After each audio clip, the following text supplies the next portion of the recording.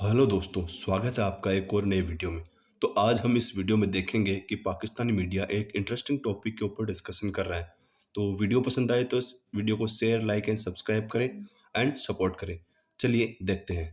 नवंबर 2013 में इंडिया ने एक खलाई जहाज जिसका नाम मंगलयान था, मरीख की तरफ रवाना किया।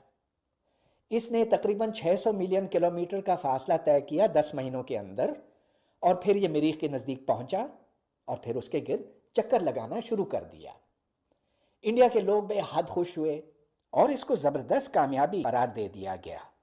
अब पाकिस्तान के लोग जानना चाहते हैं कि क्या वो भी मरीख पर पहुंच सकते हैं और इसके लिए क्या कुछ दरकार होगा।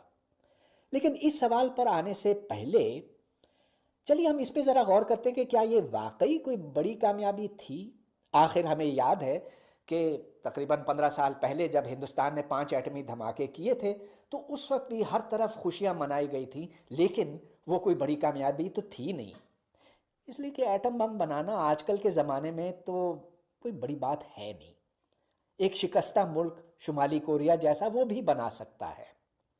लेकिन मंगलयान की बात इससे मुख्तलिफ है। सबसे पहले खलाई जहाज़ को ज़मीन से ऊपर उठाना होता है।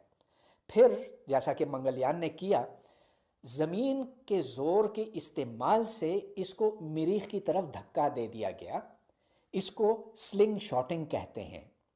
फिर मरीख ज़मीन से इतना दूर है कि रेडियाई लहरों को ज़मीन से मरीख तक और वापस मरीख से ज़मीन तक पहुंचने में कई मिनट लग जाते हैं।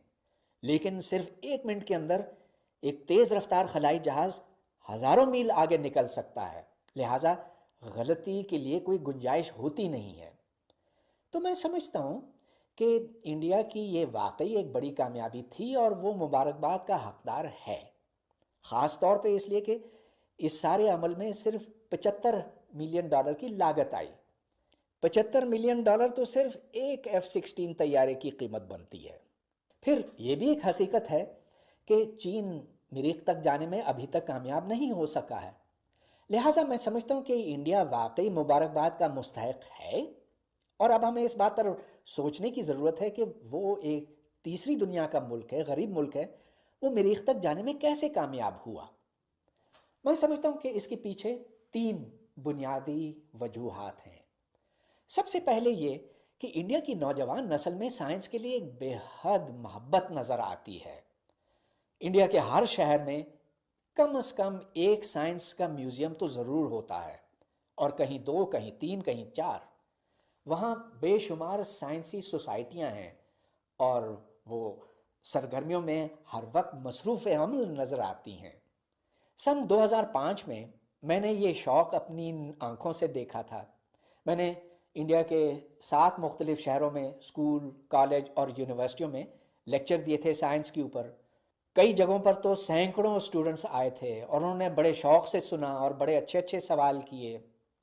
मुझे लगता है कि जवाहरलाल नेहरू का जो शौक़ था साइंस का, वो उन तक मुंतकिल हुआ। जब इंडिया के कम उम्र तालिबे इल्मों से ये पूछा जाता है कि बड़े होकर वो क्या बनना चाहेंगे, तो सबसे पहले वो कहते हैं हमें साइंसदान बनना है। स्टीफन हॉकिंग उनके नज़दीक एक बहुत बड़ी हस्ती है। उन्हें black holes, super strings, quantum mechanics, इन तमाम चीज़ों का शौक़ दिलाया गया है। ये और बात है कि जब वो बड़े हो जाते हैं तो फिर वो आम किस्म के पेशों में लग जाते हैं। कोई बैंकर बनता है, कोई इंजीनियर बनता है, कोई कुछ बनता है। अहम बात यह है कि कम उम्री में जो सबसे अच्छे जहन हैं उन्हें साइंस की तरफ राग़िब किया जाता है। दूसरी बात ये कि इंडिया में यूनिवर्सिटियों का मेयार अच्छा है। मैं ये नहीं कह रहा हूँ कि सारी इंडिया की यूनिवर्सिटियाँ अच्छी हैं। कुछ तो बड़ी माठी सी हैं, कुछ उससे बेहतर हैं, कुछ आम मेयार की हैं, और कुछ बहुत ही अच्छी हैं। इतनी अच्छी हैं कि वो अमेरिका की यूनिवर्सिटियों का मुकाबला करती हैं, और उधर से जो पीएचडी निकलते हैं वो तो फिर अमेरिका में जाकर प्रोफेसर या एसोसिएट प्रोफेसर लग जाते हैं। तीसरी अहम बात ये कि इंडिया के लोग अपने बड़े साइंसदानों की बेपनाह कदर करते हैं। मिसाल के तौर पर रामानुजन का नाम हर बच्चे के मुंह पर है। उसके गिर्द तरह तरह की कहानियां बनाई गई हैं। सीवी रामन के नाम से रामन इंस्टीट्यूट बनाया गया।